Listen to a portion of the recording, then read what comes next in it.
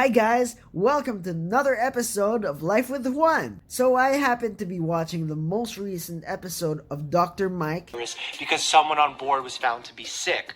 This is truly happening. There's actually some Americans that were found on some of these cruise ships and were brought back to the United States and held in quarantine. I think this is a great opportunity to talk about the difference between isolation and... He has a really awesome channel, by the way. You guys should totally subscribe. And I found out the latest update on the ever so popular coronavirus that everybody is talking about. Apparently, it has a new name, SARS-CoV-2. Yep, that's a new name given to it by the World Health Organization. In turn, anybody infected with the virus has the disease called COVID-19.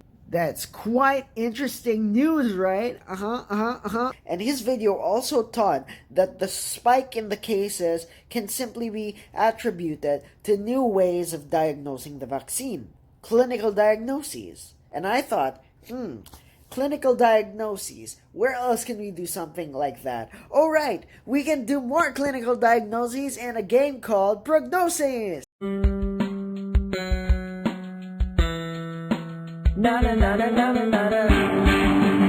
So, the coronavirus is a virus, duh, and all viruses are infectious diseases.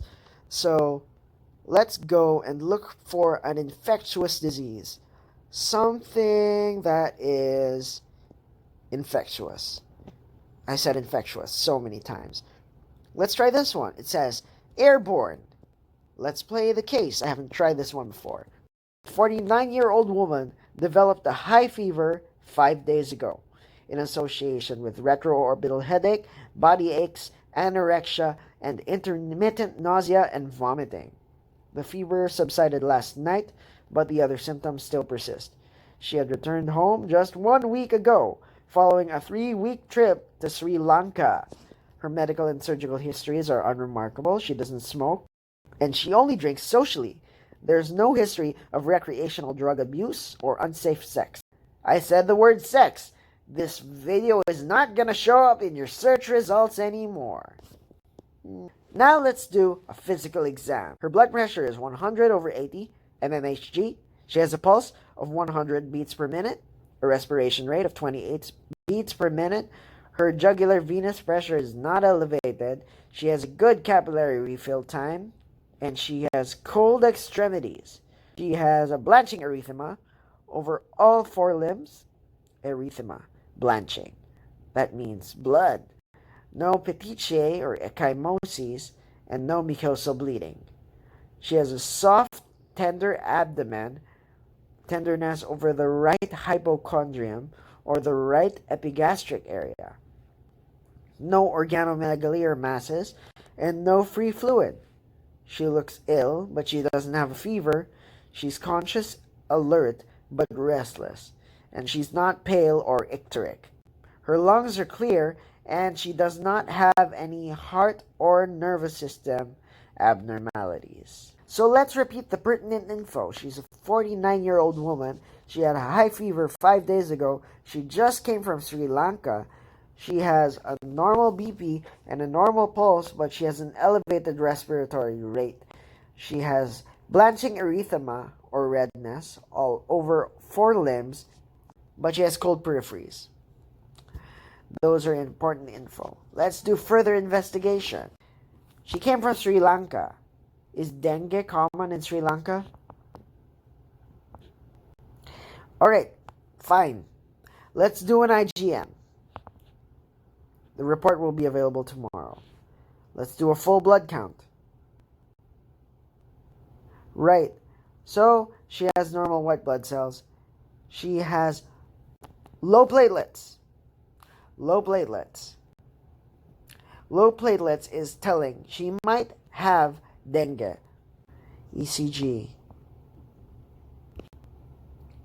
Do we want to rule out any cardiac abnormalities? Well, she does have an elevated respiratory rate. Let's see. I'll do an ECG.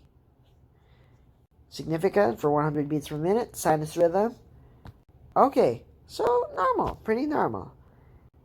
Should we do liver function tests? she has a tender right hypochondriac area or right epigastric area. I'll just do it. Okay, okay, there we go, there we go. There we go. She has an elevated ALT, an elevated AST.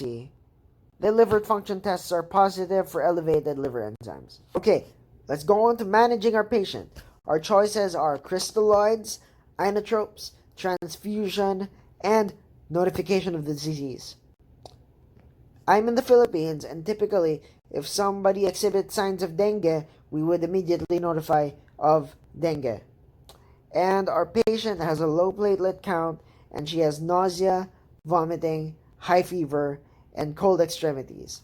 I would definitely notify people of disease if this were in the Philippines. Our patient came from Sri Lanka, recent travel, and at this point, I don't know if dengue is rampant in Sri Lanka, though I will guess on the side of caution. Therefore, I will notify of the disease.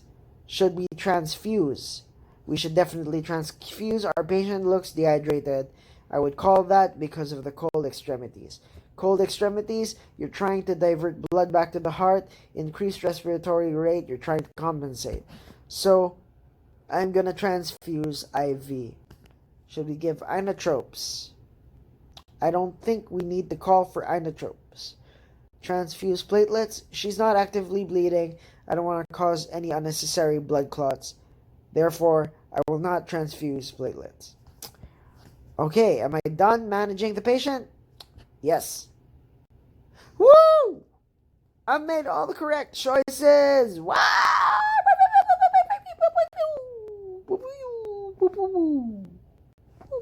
Let's see what I did right. Oh wait, I did everything right.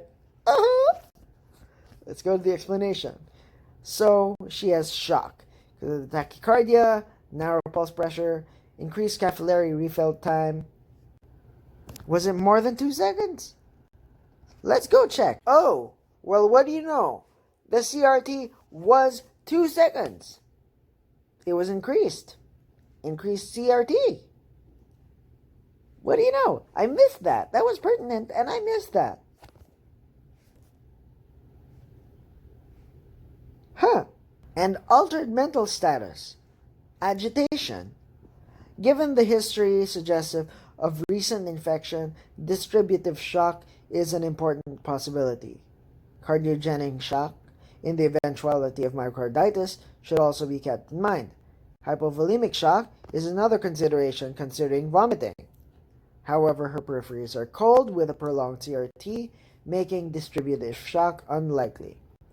Furthermore, her JVP is not elevated. While there are no clinical findings suggestive of heart failure, ruling out cardiogenic shock. So this appears to be hypovolemic shock. Resuscitation with IV crystalloids, I did that right, should commence immediately. In parallel with her acute management, a search for the underlying etiology should be conducted. In this respect, history of fever soon after foreign travel provides a critical clue. Reminds me of Chubby Emu. The Centers for Disease Control and Prevention Travel Health website provides a listing of the common infectious diseases encountered in each country. The review of the entry on Sri Lanka results in a wide spectrum of infectious disease. However, of these, only dengue is likely to give rise to diffuse branching erythema in conjunction with shock. Let's take a look at the website then. I'm here on the CDC website, which is listed down in the links below, and I'm looking at the diseases that you can get for travelers to Sri Lanka. So you can get hepatitis, Japanese encephalitis, measles, rabies, typhoid, and yellow fever. Then the non-vaccine preventable diseases include chikungunya, dengue. There we go. We have dengue in Sri Lanka. Hey, just for fun, let's go and take a look at the Philippines, my country of origin. Let's see what you can get here. And right at the top, it says there is a dengue outbreak in the Philippines. Is that anything new for me? Nope. Counterfeit rabies. Interesting. Here are the vaccine preventable diseases. Routine vaccines. Hepatitis, Japanese encephalitis, malaria, measles, polio, rabies, typhoid fever, yellow fever. Interesting. Ooh, adventurous eating. Yep, a lot of adventurous eating in the Philippines. Intestines, whatnot. You can find it here. Okay, non-vaccine preventable diseases. Chikungunya, dengue, as I said earlier, Zika virus. Interesting. Tuberculosis, you have that in the Philippines. Anyway, back to our game. However, of these, only dengue is likely to give rise to diffuse blanching erythema in conjunction with shock.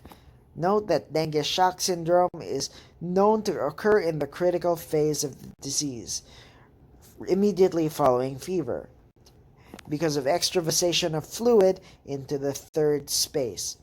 So a full blood count and liver profile are good initial tests. Yes, doing a hepatic profile was a good call on my part. The marked thrombocytopenia is supportive of dengue, the clinical diagnosis, as is the mild elevation of hepatic enzyme. I'm sorry, I had to cut that short. I was feeling very lightheaded.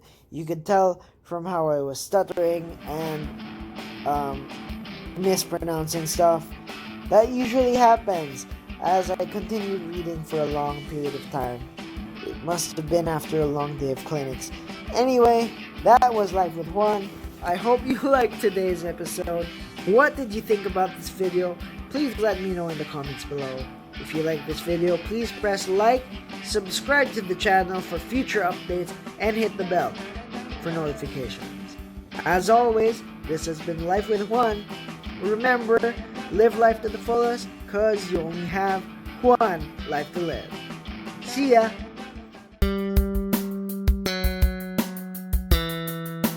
Na na na na na na na.